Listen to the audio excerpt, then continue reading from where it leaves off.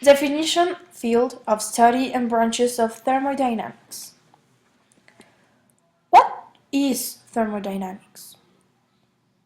It's the branch of physics that deals with the relationships between heat and other forms of energy. There are four basic laws that have been established. But it's not the easiest topic that you will study if you decide to take a biological career, like chemistry in this case. But it's indispensable to understand chemical reaction and even metabolism. But don't worry, we are going to try to explain the basis on this topic in an easy way for you, so you will understand it more easily. It has its roots in those as all shown here, but however it's not a branch.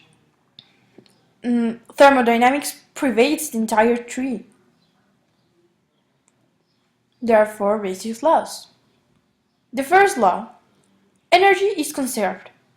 Its form can be converted. The second law: energies can flow and equilibrate. The third law: driving force, for equilibration uniquely defined.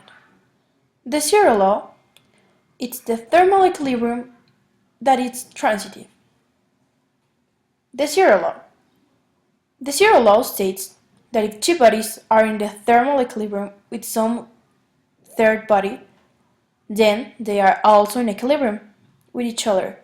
This law has its name because it was implicitly assumed in the development of the other laws, and is in fact more fundamental than the others, but was only later established as a law itself.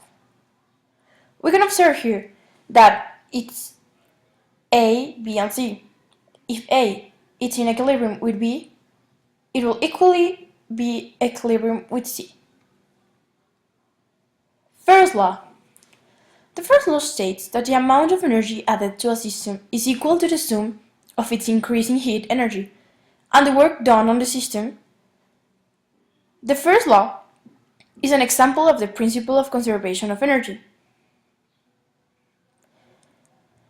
The second law. The second law states that the heat energy cannot be transferred from a body at a lower temperature to a body at a higher one without the additional of energy.